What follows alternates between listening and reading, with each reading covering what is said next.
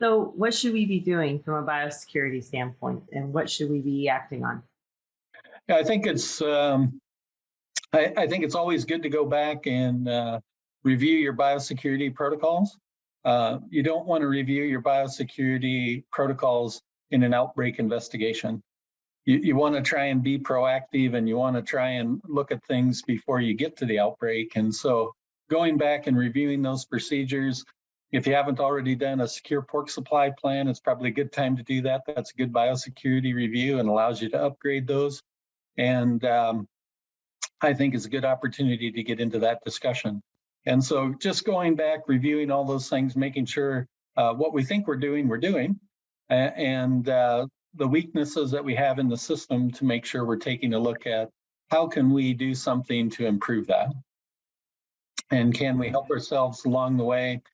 And probably one of the forgotten things with biosecurity, I think we're all really good when we talk about biosecurity. We talk about bioexclusion, keeping the viruses out, but we don't do a very good job about talking about biocontainment.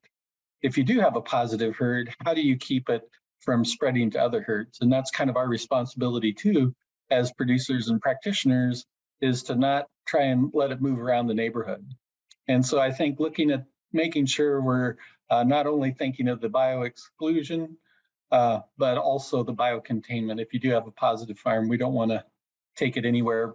We want to keep it on the farm. So making sure we shower out, making sure we change coveralls and boots, making sure we handle mortalities properly are all some of those key things to think about in biocontainment. Yeah, I think to Paul's point too, Laura, that's where I was going to go too, is that biocontainment piece is a big deal.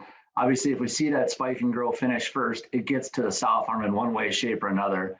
We always talk about airs and air filtration, obviously a big part of biosecurity, but still the basics of biosecurity. If that person that's doing a grow finish site showers out and then does the rendering or compost in his street clothes and then go meets his friends that also do chores on barns, there's a lot of ways that we can predict that that virus will move around besides just air.